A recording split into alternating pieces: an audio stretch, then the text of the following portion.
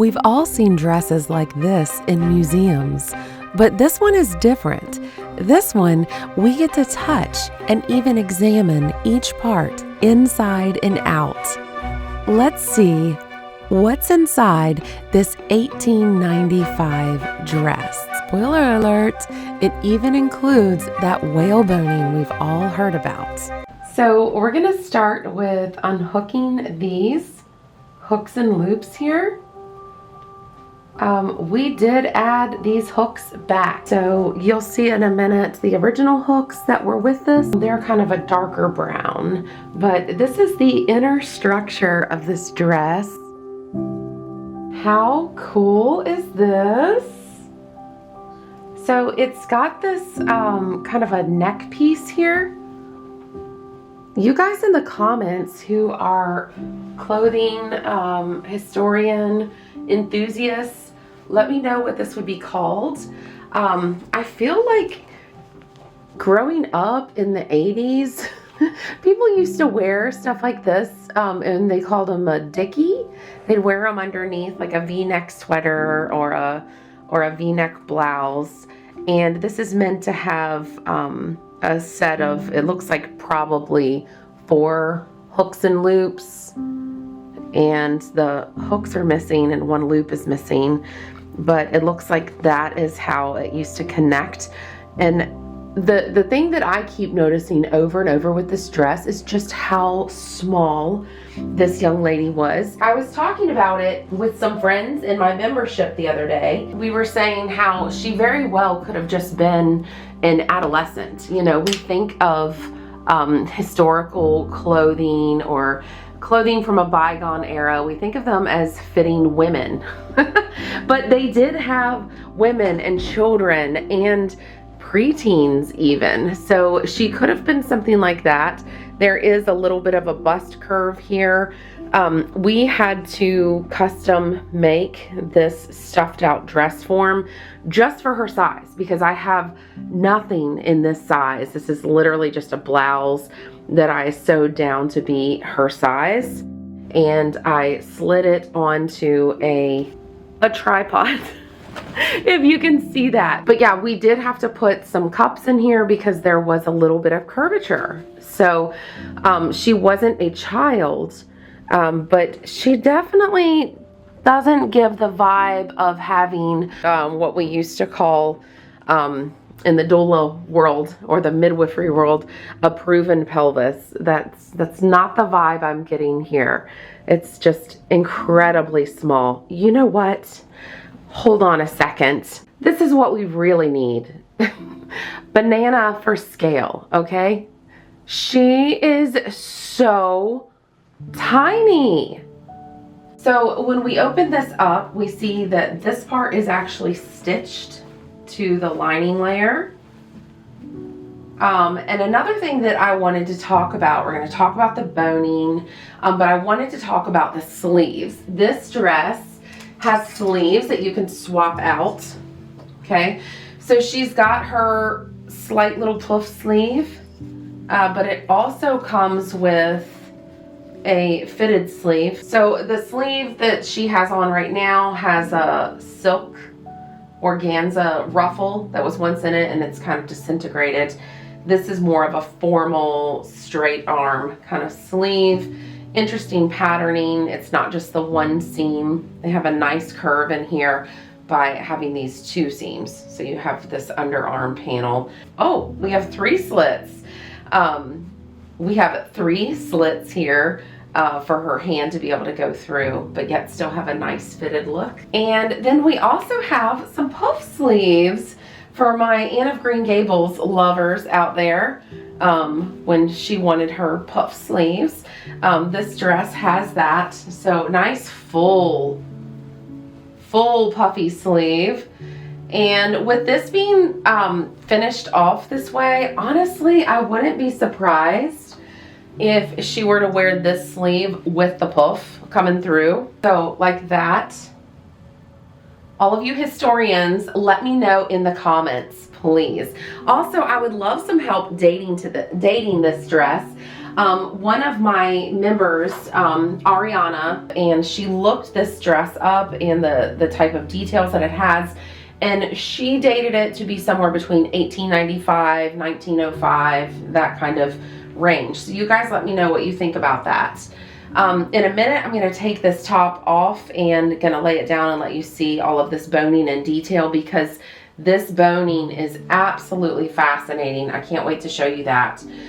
But so this is the closure of the, I don't know what you would call this, the lining layer, the under layer of the dress. So we're getting to see these original hooks. They're so dark.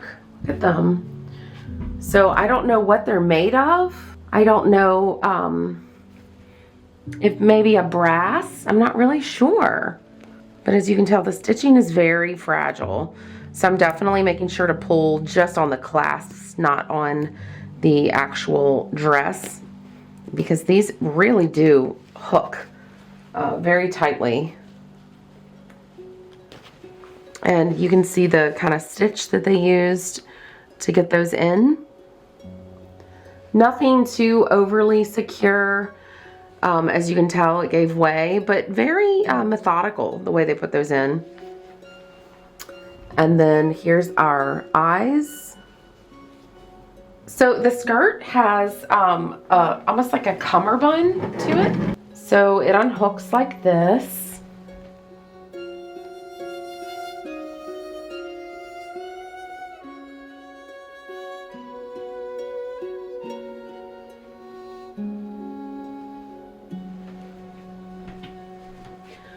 Wow, you can really get an appreciation now for how small her waist is. Again, banana for scale. Those of you who are not familiar, there's kind of this international joke on the interwebs that Americans don't use any type of standard measurement, and so we say weird things like banana for scale. So it's kind of become a joke. But if you do really want to know what this is, I did measure it and it was 22 inches. For those of you who are in metric land, have fun with that. So yes, this is her skirt. So tiny. I'm assuming this was closed also with hook and loop. And it's a little worse for wear. It definitely has some holes in it. And as you can tell, it's a couple layers thick. So let me talk to you about what this is made of. Listen to this.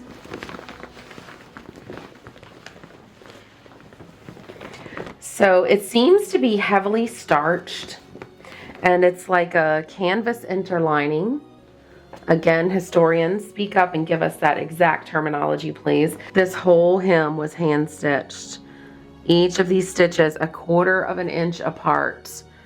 What a labor of love.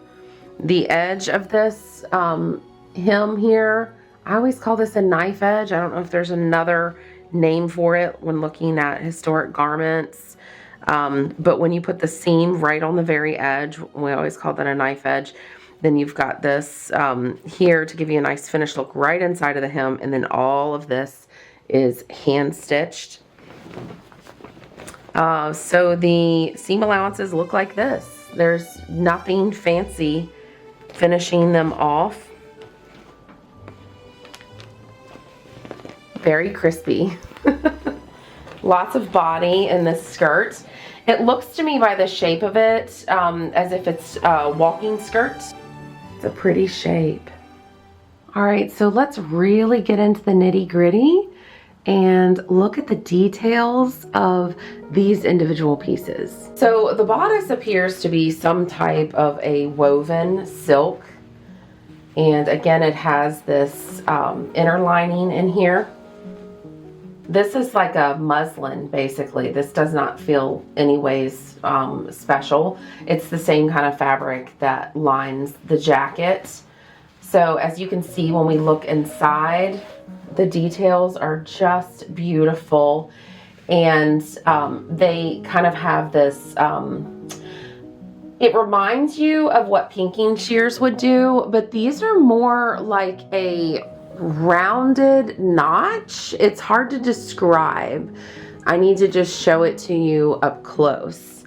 Let me take a piece of muslin and cut it with pinking shears, and then let you see what this notch looks like beside it, because it is quite different. Here's our modern pinking shear, and this is the cut that it gives. You can see how the cuts are a little bit irregular. It's like they just went through and notched. Some of them are a little rounded, but it's definitely not a pinking shear. This is the pinking shear, and then this is the seam allowance of this bodice. Now, this stitch quality is just beautiful on the boning, is it not? Oh, that is gorgeous. The way they lash down the bones, and the bottom edge of this bodice is bound. The fabric is cut on the bias and it's bound there. So let's talk about this boning.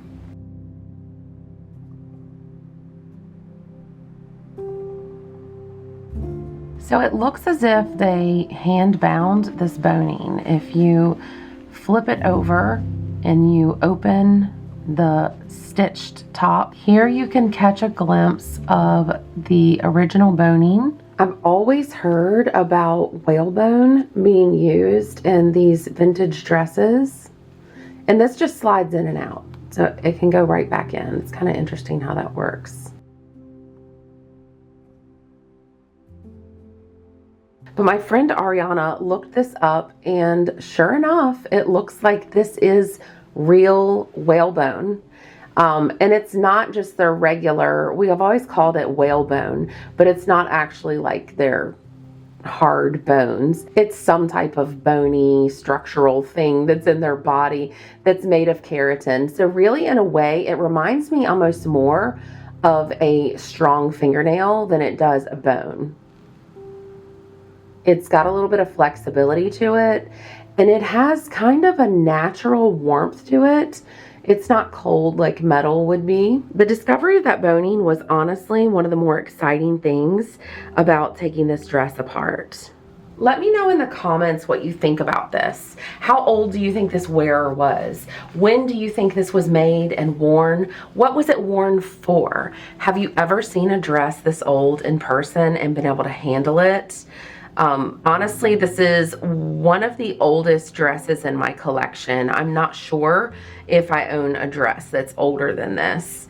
It's kind of interesting to me too. I didn't actually have to unstitch any of this in order to get to that bone. It wasn't capped off in a super strong way the way we would nowadays. I am so impressed by the skills of the seamstress, the craftsmanship. So many hours went into the making of this dress. So what do you think this is? Are these very skilled, diligent home sewists who made this on their own and they just took pride in what they did? Or do you think a professional dressmaker did this? Do you think the silk indicates that maybe this was a person of wealth that wore this? Or is it a little plain and you think, no, silk and cotton, that's the norm. Plenty of your middle class had access to silk. Let me know all of these things. I would love to learn more about this dress. I've had it in my collection for years, and I'm just now getting around to having the time to make the video so that I can kind of crowdsource this information from you guys. Also, please share this video with any of your friends that you feel like are historical clothing enthusiasts that could help answer some of these questions. I know this sounds crazy, but in a way, I'm almost glad that she had this level of damage done to her over time. It's really what kind of gave me the go-ahead to dig a little deeper into her construction. If she was in very, very good shape, I would have handled her obviously with gloves on, and I wouldn't have been picking at that boning cap to be able to see the boning. So it's kind of serendipitous that she did have this level of damage. If you owned this dress, would you have investigated as well? Or would you just keep her boxed up and nice and safe? I feel like I've learned so much from this dress. I'm very grateful for it. And I hope you learned a lot too. Don't forget, share with us in the comments what you know about historical dresses.